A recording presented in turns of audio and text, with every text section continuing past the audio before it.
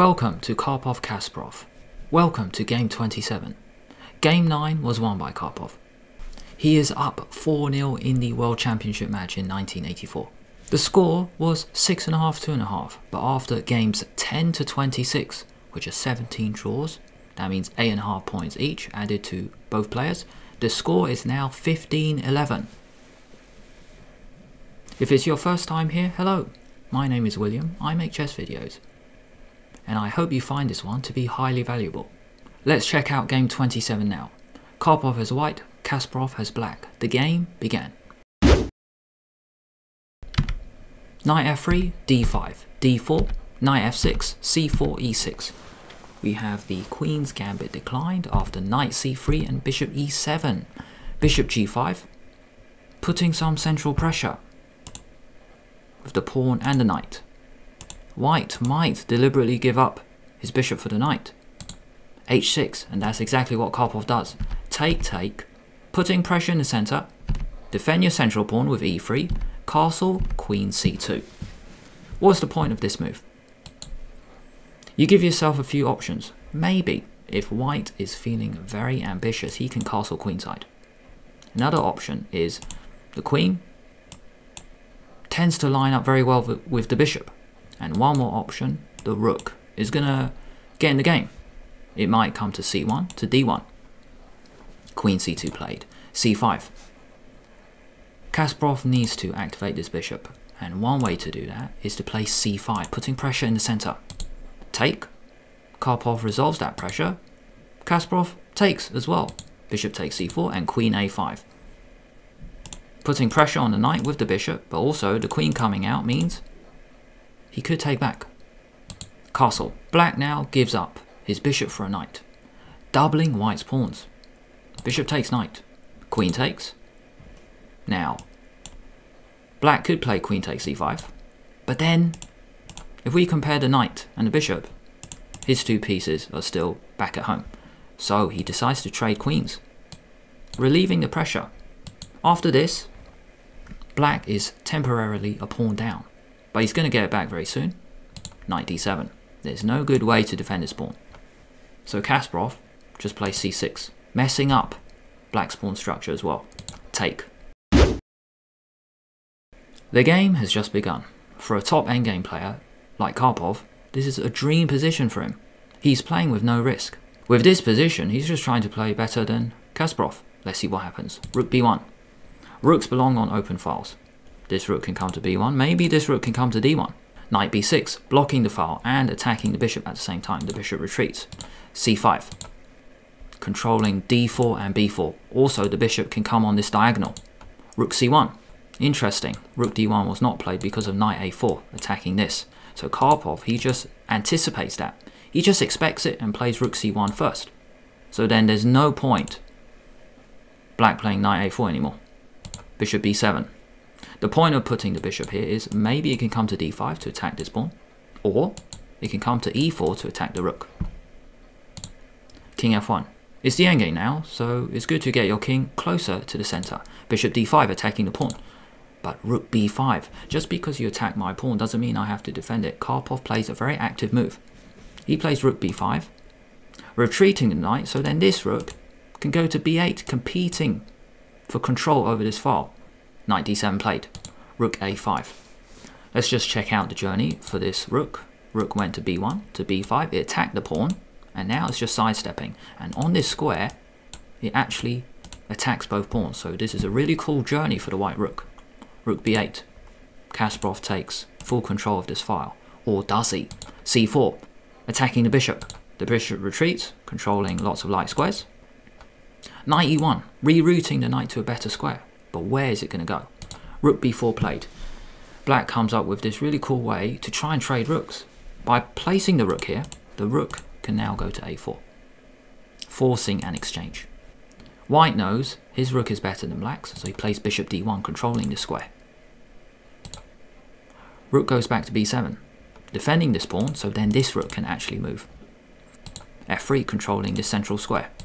Rook d8, knight d3. That's why white moved the knight back, because then it can come forward, and on this square it now attacks this pawn. along with this rook on a5, putting pressure on this pawn and continuing to put pressure on this. This is a really cool rerouting strategy from Karpov. g5, getting space. Bishop b3, another cool move, just keeping control.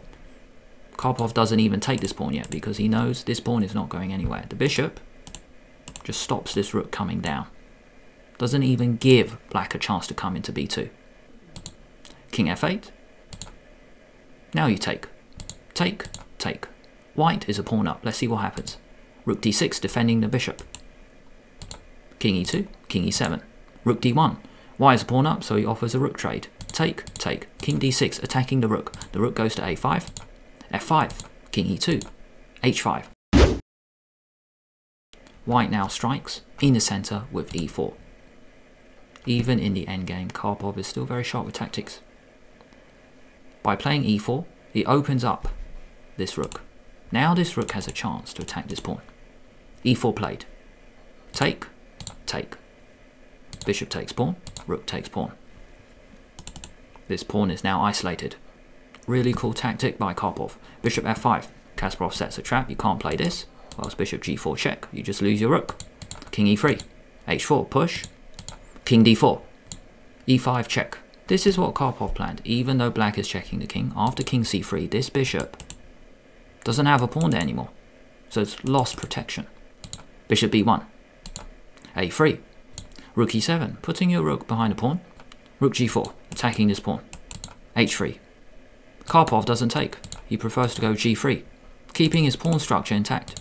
Rook e8, allowing the white rook in with rook g7, attacking this pawn. By the way, there's a tactic here. You can't go rook f7 straight away. The point is to go rook f2 to attack this because c5 check. And then you lose your rook. That's why black just retreated his rook, because he wants to find a way in. So he goes rook e8. But this allows rook g7, attacking his pawn. Rook f8, finding a way to come in. But who is faster in this rook and bishop endgame? Rook takes pawn. Rook f2. King b4, assisting the advance. Rook takes pawn. c5, check, opening up the bishop. King c6, bishop a4, check. King d5. Rook d7, check. King e4, push. Who is faster? Rook b2, check. Both sides have two squares until they get a queen. But who's going to win this? King a5. There's a really cool tactic coming up, and I've drawn it with these arrows, so I'm going to show you soon. Rook b8 was actually played, allowing c7. So I just want to show you, if you push with h2, c7. Black cannot queen because the bishop comes with check. And you are going to pick up the queen. That's why black decided to retreat the rook straight away. But you push, attacking with tempo. Rook c8, king b6, king e3. Black has to go forward because he wants to try and put the bishop there, helping the pawn, queen. Bishop c6, bishop guards the queening square. h2, g4. White has two assets, two passed pawns. Rook h8, assisting this, but he's got to watch out for this. Rook d1. White has so many options. Let me draw them all in again. King can go forward, and then we queen. Bishop and rook control the queening square. It's going to be difficult for black to promote. And one more asset. This pawn could be a distraction. Rook d1 played. Bishop a2, controlling this diagonal. Rook e1, check. King f4. Rook e4, check. Black can no longer defend this pawn. King g3. Rook takes pawn, at the same time defending the queening square. Really cool tactical sequence here. King takes pawn. Two pawns have come off, and white is still winning. After rook e2, black resigned. Black is lost because king up, and then you promote. You can't promote because you just take it. The rook cannot take the bishop because you're just queen. Kasparov is down 5-0 in this match.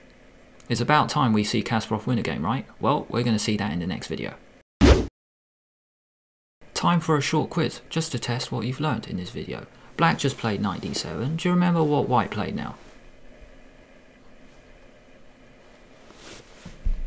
White played c6 just to break up the structure, and after take he played rook b1. Next question. Black has just played bishop d5, attacking this pawn. What did white play now?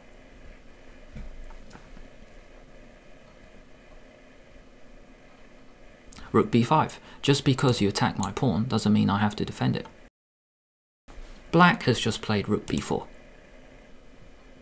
The point of this move is to try and trade rooks, because white's rook is so active on this square. What did Karpov play now to stop this happening?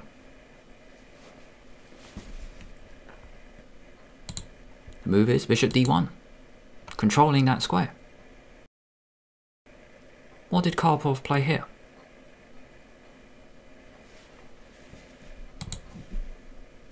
Going after the weakness, knight d3.